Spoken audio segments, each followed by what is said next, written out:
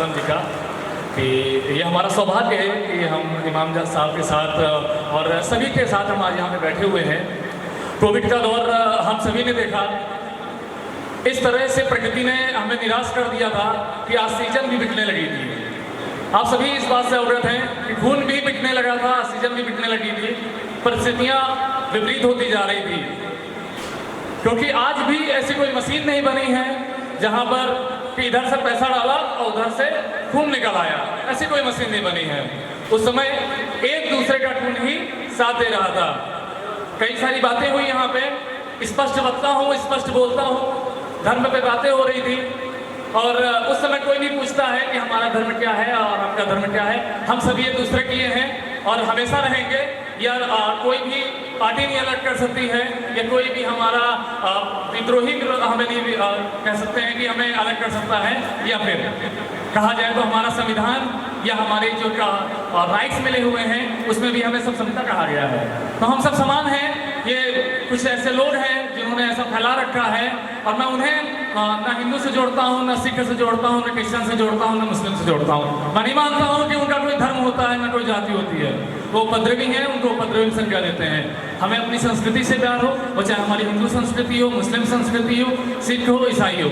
और हम हमेशा कहते हैं कि आप अपनी संस्कृति के लिए जिए और अपने धर्म के लिए जिए, लेकिन हाँ इस कदर नहीं कि किसी के ऊपर हम हावी हो जाए। हमें यह नहीं करना है। हम सभी शिक्षित हैं और यदि शिक्षित नहीं है तो हमारे साथ शिक्षित लोग हैं, उनसे हम ये बात जरूर पूछ सकते हैं। हमारे सज्जाद आलम जी 3 वर्ष पूरे हो रहे हैं और देखते देखते मैं 3 साल से जुड़ा हुआ हूँ। हमारे राष्ट्रीय एनजीओ महासंघ के अध्यक्ष जी बैठे हुए हैं, वो भी हमारे साथ जुड़े रहे। और मैंने हमेशा देखा है कि अगर वो कोई भी कहीं में भी कुछ सहायता करते हैं तो उसको सोशल मीडिया में जरूर डालते हैं। कई लोग ऑब्जेक्शन भी हमारे पास आया, सज्जाद आलम जी ने भी कई बार पूछा, सर कहते हैं दिखावा कर रहे हैं आप लोग।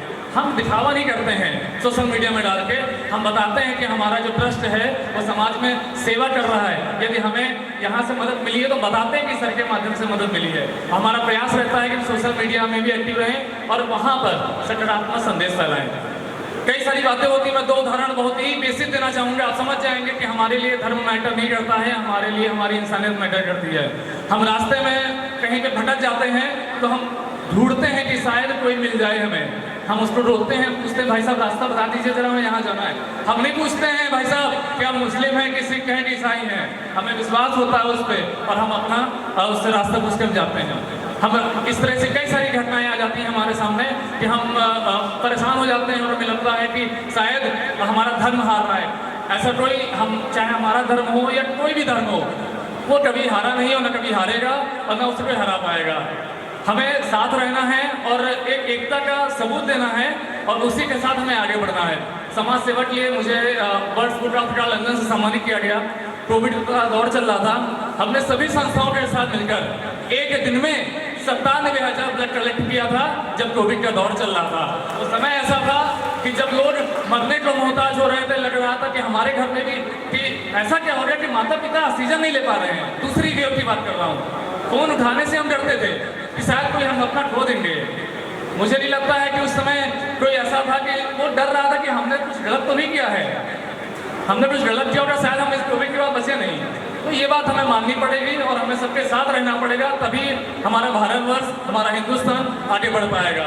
जब हम कहीं पे भी एक उपद्रवी के माध्यम से हम कह देते हैं कि या बताइए मुस्लिम ने किया या हिंदू ने किया, सिख ने, ये नहीं कहना है, वो उपद्रवी है, उनका कोई धर्म नहीं है। क्योंकि हमारी एक कहीं एक छोटी बात आज विदेशों में जा रही है। अगर हम वहाँ पे ये मैसेज जाता, संदेश जाता, तो कहीं कहीं हमारी एकता खंडित होती है। हम भारत देश में रहते हैं और हम सभी को मानते हैं और उसी के साथ हमें आगे बढ़ना है। हक की आवाज़ के 3 वर्ष पूरे हो गए। मैं चाहूँगा कि आने वाले 300 वर्षों तक उसका नाम लिया जाए। सज्जाद आलम जैसे अन्य उनकी वारिसें होंगी जो समाज में एक अपना रूप देंगी और बताएंगी कि हक की आवाज़ ने क्या क्या किया। सोशल मीडिया में आने वाले हमारे वंशज देखेंगे कि हमने हाँ कुछ किया समाज के लिए। यदि हम कर सकते हैं तो समाज के लिए करें, यदि हम जी सकते हैं तो समाज के लिए जिए। मुझे नहीं लगता है कि इससे बड़ी कोई हमारे लिए जीत होगी। बाकी हम हर तरह से सज्जाद आलम जी के साथ, उनकी हर टीम के साथ खड़े रहते हैं। 2 दिन पहले हमारे पास संदेश आता है कि सर आपको आना है, कल भी अभी मैं 7:30 बजे मुझे नई दिल्ली जाना है, इंडियन इस्लामिक कल्चर सेंटर में भी कल कार्यक्रम लगा है, लेकिन मैं सज्जाद जैसा इतना सरल स्वभाव का व्यक्ति नहीं देख पाया हूँ। उनकी एक आवाज़ में हम चले आते हैं और मैं हमेशा चाहूँगा उनका साथ दें, समर्थन दें और सभी संगठन से जुड़ें और जुड़कर एक रूपता लाएं और ये हम साबित कर दें कि कोई धर्म बुरा नहीं है और कोई मजहब बुरा नहीं, कोई इंसान बुरा नहीं। बहुत बहुत धन्यवाद जी। मैं दिल से शुक्रिया अदा करता हूँ।